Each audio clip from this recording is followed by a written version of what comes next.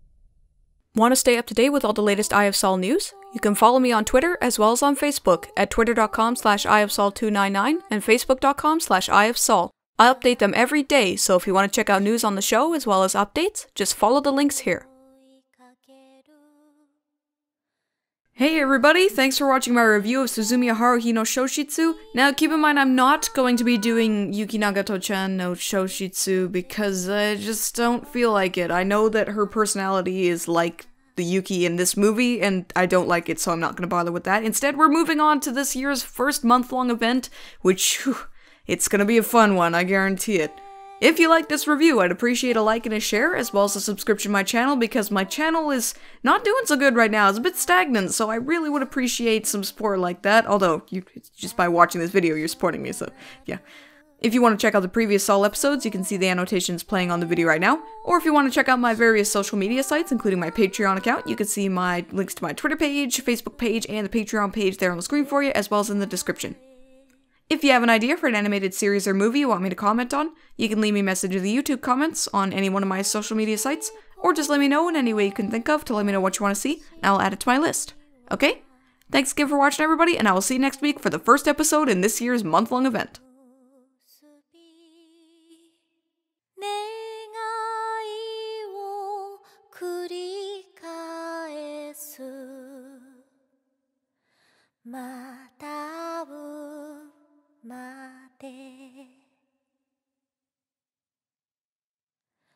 忘れないで